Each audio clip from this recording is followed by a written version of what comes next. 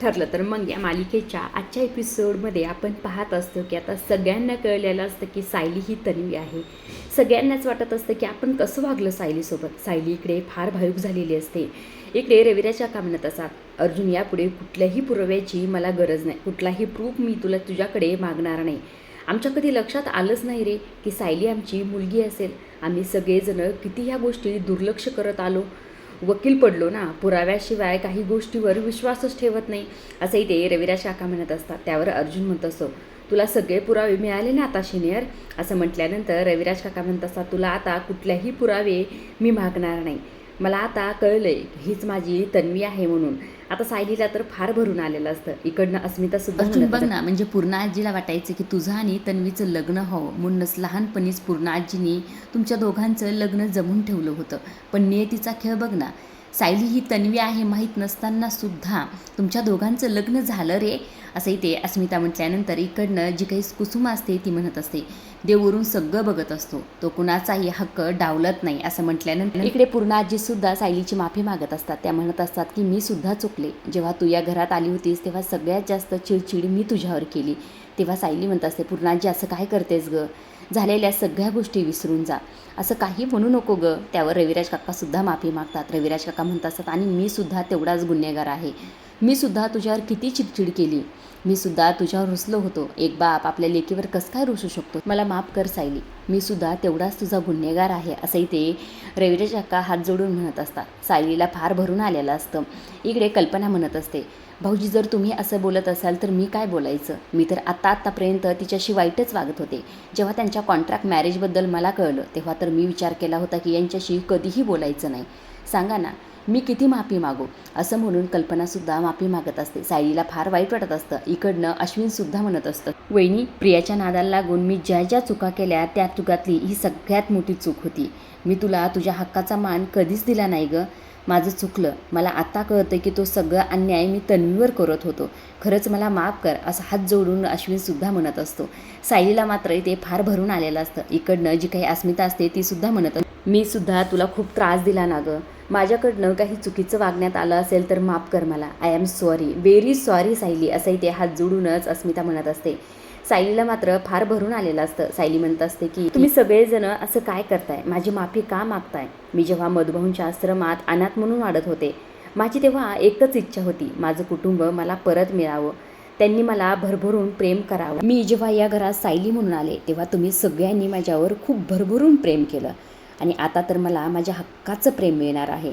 तुमचं तन्वीवरचं असणारं प्रेम, माझी पूर्णा आजी, माझे आईबाबा, माझे मामा मामी जे मला आधीपासूनच प्रेम करत होते, अगदी तेच प्रेम मला परत मिळणार आहे. असंही ते सायली म्हणत असते.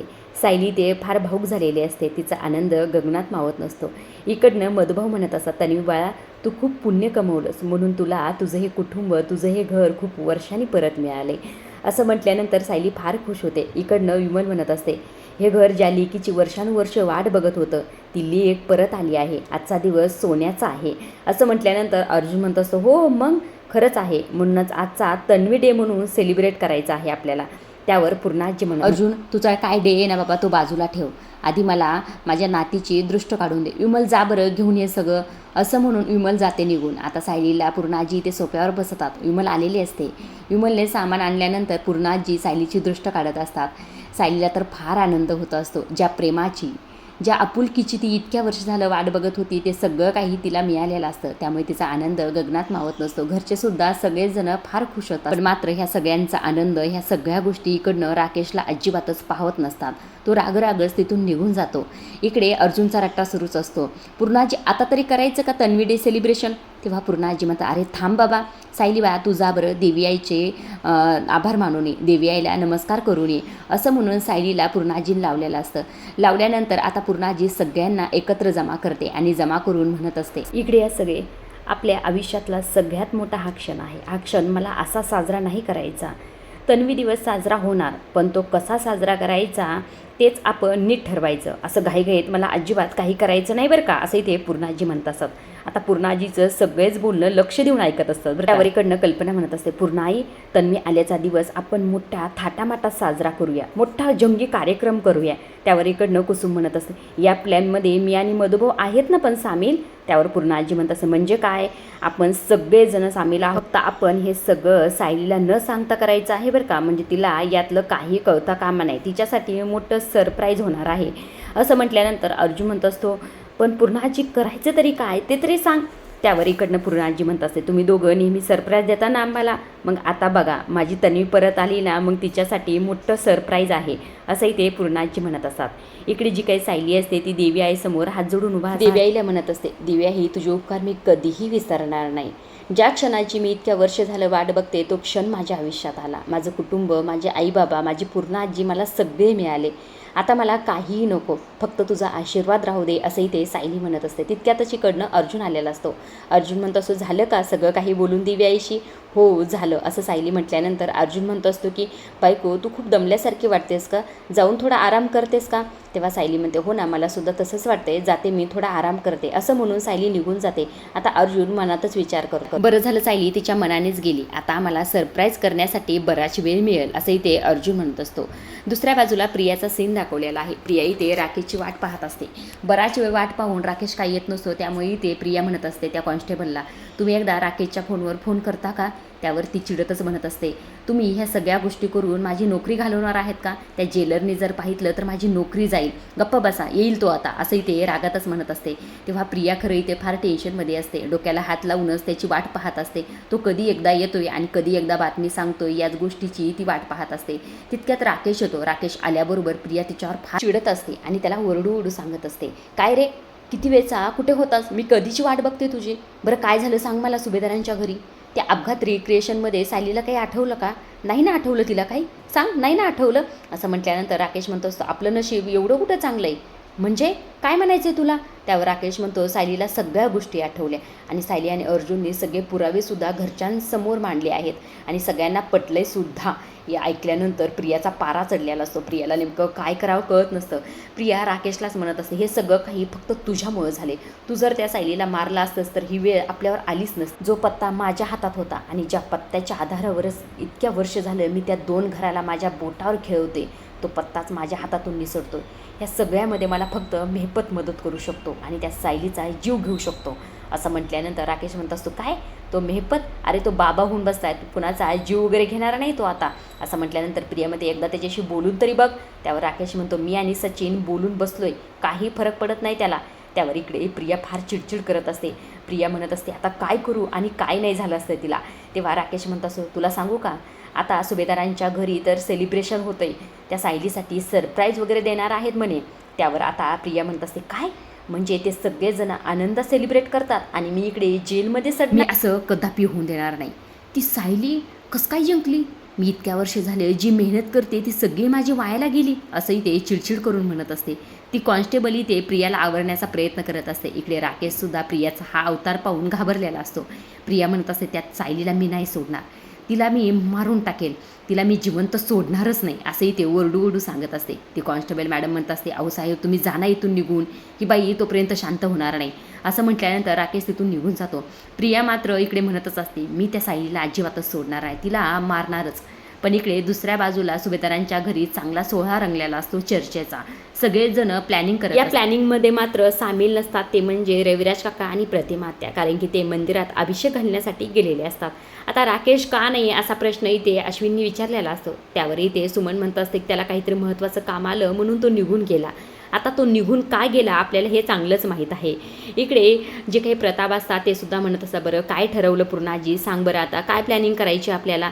त्यावर अश्विन म्हणत असतो पण दादाला तर येऊ द्या ना, दादा आलं की आपण सुरू करूया असं म्हटल्यानंतर इकडनं जो काही अर्जुन असतो तो आलेला असतो. अर्जुन आल्याबरोबर इकडनं अस्मिता म्हणत असते काय रे अर्जुन, सायली आराम करते ना, गेली ना तिच्या रूममध्ये. तेव्हा अर्जुन म्हणतो हो गेली आहे, नको काळजी करू. बरं चला बरं काय प्लॅनिंग आहे सांगा आम्हाला, म्हणजे आपल्याला सरप्राईज तसं करता येईल, नाही तर सायलीमध्येच यायची बरं का, त्याचं काही खरं नाही.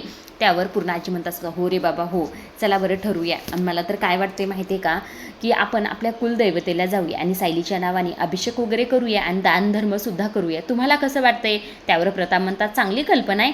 अर्जुन मात्र म्हणत असतो अगं पूर्णाजी असं काय करतेस, आम्ही आत्ताच कुलदैवतेला जाऊन आलोत ना, आणि सायलीला या अवस्थेत एवढा प्रवास कसा चालणार आहे सांग बरं, आपण नंतर कधीतरी जाऊया ना, दुसरं काहीतरी सरप्राईज ठरवू बरं. त्यावर अस्मिता म्हणत असते, हो ना गं पूर्ण आजी, म्हणजे मला आणि स्मितला सुद्धा एवढा लांबचा प्रवास नाही जमणार गं, म्हणजे आपण दुसरं काहीतरी सेलिब्रेशन करूया की प्लीज पूर्ण आजी, असं म्हटल्यानंतर पूर्ण आजी म्हणत असते, हो पण काय ठरवायचं ते तरी ठरवा ना. त्यावर अस्मिता म्हणते, माझ्या डोक्यात एक कल्पना आहे, म्हणजे आपण काय करूया, एक मोठासा हॉल बुक करूया, ते छान डेकोरेशन करूया आणि तिची ग्रँड वेलकम पार्टी करूया आणि त्यानंतर तिच्यासाठी छान शॉपिंगसुद्धा करूया, असं इथे अस्मिताने म्हटल्याबरोबर इकडनं अशी म्हणत असतो, ए अस्मिता ताई, हे सगळं काही आपण सायली वहिनीसाठी करतोय, तुझ्यासाठी नाही बरं का, असं म्हटल्यानंतर अस्मिता म्हणत असते, अरे काय रे अश्विन, असं म्हटल्यानं सगळेच जण आता तिच्यावर हसत असतात. आता इकडनं चेतनी म्हणत असतो, अरे अस्मिता ताई, सायली वहिनी कशी आहे आपल्याला माहिती आहे, हे बाहेरचं जेवण आणि बाहेरचं डेकोरेशन ह्या सर्व गोष्टी नाही आवडणार मला वाटतंय, तिला घरचं साधंसुधं जेवण आणि घरची माणसं लागतात, फक्त आपण घरीच काहीतरी करूया का, असं म्हटल्यानंतर पूर्ण आजी म्हणतात, हो मला सुद्धा तसंच वाटतंय आणि जेवणाचं तिला सरप्राईज वगैरे नको, कारण की दुसऱ्याचं हातचं जेवण ती काय खाईल, ती स्वतःची एक सुगरण आहे, आपण दुसरं काहीतरी सुचवूया, म्हणजे दुसरं काही आयडिया असेल तर सांगा, असंही ते पूर्ण आजी म्हणत असतात. त्यावर चैतन्य म्हणत असतो, हो मला सुचतंय की आपण काय करूया, तिचं बारसं करूया सायली वहिनीचं, म्हणजे तिचं तन्वी नावाचं ठेवूया. त्यावर अर्जुन म्हणत असतो, हो ना अगदी बरोबर आहे हां तुझं चैतन्य, म्हणजे आपण काय करूया, तिच्यासाठी छान असा पाळणा घेऊया, तिला टोपरं वगैरे बांधूया आणि त्या पाळण्यात तिला झोपूया आणि तिचा नामकरण सोहळा करूया, अगदी उत्तम आयडिया आहे चैतन्य, असं म्हटल्यानंतर चैतन्य म्हणत असतो, अरे अगदीच मला असं नव्हतं म्हणायचं रे, असं म्हटल्यानंतर सगळेच जण चैतन्यवर हसत असतात. तेव्हा प्रताप म्हणत असतात, काय रे चैतन्य, जरा तरी मोठ्यांसारखे आयडिया दे की, काय लहान लेकरांसारखे आयडिया देतोस. तेव्हा चैतन्य इथे लाजलेला असतो. इकडे सगळ्यांचा परत विचार सुरू असतो की नेमकं आता करायचं काय.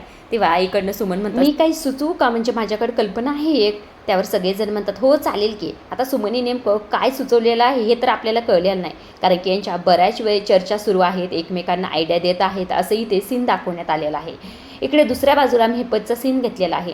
मेहपत इथे कपाटात काहीतरी शोधत असतो, तितक्यात त्याच्याकडनं सचिन आलेला असतो. सचिन आल्याबरोबर म्हणत असतो, अण्णा मला जरा तुमच्याशी बोलायचं आहे. त्यावर मेहपत म्हणत असतो, काय रे दीक्षित बोल, काय झालं. त्यावरही ते सचिन म्हणत असतो, मला खरं सांगा अण्णा, म्हणजे सगळ्या जगाला तुमचं हे बदललेलं रूप खरं वाटत असेल, पण मला या गोष्टीवर अजिबातच विश्वास नाही की तुम्ही बदलला आहात. त्यावरही ते मेहपत म्हणत असतो, का रे बाबा तुला असं का वाटतंय. त्यावर सचिन म्हणत असतो, अण्णा तुम्हाला चांगलंच माहीत आहे, या सायली आणि अर्जुनने साक्षीचं जीणं हराम केलं आहे. राजरोजपणे साक्षी चार चौघात फिरूसुद्धा शकत नाही, पण तुम्हाला काहीच कसं वाटत नाही. तुमच्या मनात सुडाची भावनासुद्धा दिसत नाही, हे कसं शक्य आहे अण्णा, सांगा ना मला. मला असं वाटतंय की तुमच्या डोक्यात काहीतरी मोठा प्लॅन आहे. काय प्लॅन आहे अण्णा, सांगा ना मला. तुम्ही मला सांगू शकता, याचा तुम्हाला फायदा होणारच आहे.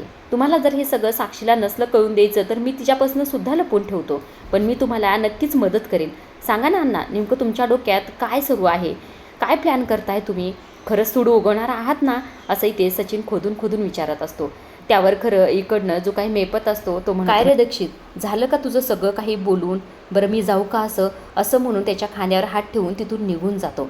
आता मेहपतनी असं बोलल्यानंतर सचिनला तर धक्काच बसतो. सचिन म्हणत असतो, मी एवढं सगळं सांगितलं आणि यांची ही रिॲक्शन, या अण्णांचं काय चाललंय हेच कळत नाही. आता त्याच्या पटकन क्लिक होतं की मगाशी अण्णा काहीतरी कपाटात शोधत होते, काय असेल ते, या गोष्टीवर तो विचार करत असतो. आता दुसऱ्या बाजूला सायली आराम करून खाली येत असते. खाली आल्यानंतर सगळ्यांना पाहत असते की सगळेजण गेले कुठं, सगळ्यांना शोधत असते, मात्र तिला कुणीही इथे भेटत नाही. विचार करत असते की काय झालं, सगळे कुठे गेले असतील, अस्मिताच्या रूममध्ये असतील का, असं म्हणून अस्मिताच्या रूममध्ये जाण्यासाठी निघालेली आहे. इकडे आणखी काय सोहळा करायचा यावर चर्चा असते, मात्र काहीही ठरलेलं नसतं, नुसता गोंधळ असतो. इकडे अर्जुन म्हणत असतो, काय आपण नुसतं प्लॅनिंग करतोय पण काही ठरवत तर काहीच नाही. त्यावर अस्मिता म्हणत असते, काय करणार अर्जुन सांग बरं, कुणाला काही सुचतच नाही, काय करायचं नेमकं, असं म्हटल्यानंतर आता प्रताप म्हणतात, अरे काय करताय तुम्ही, पटकन विचार करा, ती सायली खाली येण्याच्या आधी आपल्याला विचार करायला हवा बरं का, नाही तर प्लॅनिंग आपला सगळा फ्लॉप व्हायचा. असं म्हटल्यानंतर पूर्ण आजी म्हणतात, होणार आहे, सायली यायच्या आधी ठरवा बाबा, काहीतरी ठरवा. त्यावर अर्जुन म्हणतो, पण काय ठरवायचं हेच कळत नाही. प्रताप म्हणत असतात, अरे पोरांनो डोके चालवा, तरुण ना तुम्ही, मग तुम्हाला कसं रे काय सुचत नाही. असं म्हटल्यानंतर सगळेजण विचार करत असतात. इकडे सायली कल्पनाच्या नाही अस्मिताच्या रूममध्ये गेलेली असते, शोधत असते सगळ्यांना, पण तिथे सुद्धा कुणी नसतं. त्यामुळे ती विचार करते सगळेजण गेले कुठे असतील, असा ती विचार करून रूमच्या बाहेर आलेले असते. इकडे दुसऱ्या बाजूला सगळ्यांचा गोंधळ उडालेला असतो, कुणालाही काही सुचत नसतं. त्यावर अर्जुन म्हणतो, अरे ठरवा बाबा सगळ्यांनी, सायली जर इथे आली ना आणि तिने विचारलं ना तुम्ही सगळे इथे काय करताय, तर त्या तिच्यासमोर मला खोटं नाही बरं का बोलता यायचं, मला सगळं तिला सांगावं लागेल मग. असं म्हटल्यानंतर आता अस्मिता म्हणत असते, काय रे तू काय सायलीला इतका घाबरतोस, खरंच कमाल आहे तुझी. कल्पनासुद्धा मुद्दाम म्हणत असते, शिका तुमच्या लेकाकडनं काहीतरी शिका, बघा तो कसा बायकोला घाबरतोय. असं म्हटल्यानंतर प्रताप म्हणतात, अरे त्याचं काय मी शिकू, माझंच तो शिकलाय, मी सुद्धा बायकोला घाबरतोच ना. ह्या सगळ्यांच्या चर्चा रंगलेल्या असतात, सगळेजणही ते हसत असतात. तेव्हा इकडनं पूर्ण आजी म्हणतात, अरे काय चाललंय तुमचं, विषांतर कशाला करताय तुम्ही, सायली येईन बरं का, ठरवा बरं काहीतरी. तेव्हा इकडनं अश्विन म्हणत असतो, अरे फोकस करा रे सगळ्यांनी, काय चाललंय सगळ्यांचं, सायली वहिनी यायच्या आधी आपल्याला सगळी प्लॅनिंग करायला हवी. असं म्हटल्यानंतर आता तितक्यातच इकडनं सायलीचा कॉल चैतन्याला आलेला असतो. चैतन्य म्हणत असतो, वहिनीचा कॉल आलाय मला. तेव्हा अर्जुन म्हणतो, पडदिशीन कट कर तिचा फोन, नाहीतर स्विच ऑफ करून ठेव फोन, आणि तुम्ही सगळेसुद्धा बंद करा, कारण की सायलीला जर कुणी नाही भेटलं घरात तर सगळ्यांना एक एक करून कॉल करेन आणि आपला प्लॅन सगळा फ्लॉप होईल. असंही ते अर्जुन म्हणत असतो. इकडे सायली टेन्शनमध्ये आलेली असते, सगळेजण कुठे गेले असतील असं म्हणून सगळ्यांना एक एक करून कॉल करत असते, मात्र कोणाचाही फोन लागत नसतो. त्यामुळे ती जास्त जरा टेन्शनमध्ये आलेली असते. आजच्या पुरतं एवढंच. पुढील भागात आपण सायलीचा सोहळा असतो तो सुरू झालेला असतो. सायलीसाठी सरप्राईज असतं. सायलीच्या डोळ्यावर हात ठेवून अर्जुन तिला घरात घेऊन आलेला असतो. सायलीला कळत नसतं नेमकं काय चाललंय. सगळेजण छान तिचं स्वागत करत असतात. हे सगळं पाहून सायलीला फार आनंद झालेला असतो. सायलीसाठी जे काही गाणं कंपोज केलेलं आहे ते गाणंही ते लावलेलं असतं. हे सगळे व्हिडिओ तुम्ही सोशल मीडियावर पाहतच आहात. तुम्ही पाहितलाच असेल की सायलीसाठी छान गाणंही ते कंपोज केलेलं असतं. पूर्ण आजी छान तिचं कौतुक करत असतात. सायलीला फार आनंद होत असतो. आजच्या पुरतं एवढंच. अशा डेली मालिकेचे अपडेट प्रोमो जर जाणून घ्यायचे असतील तर आपल्या चॅनलला जरूर सबस्क्राईब करा आणि तोपर्यंत पाहत राहा. ठरलं तर मग धन्यवाद.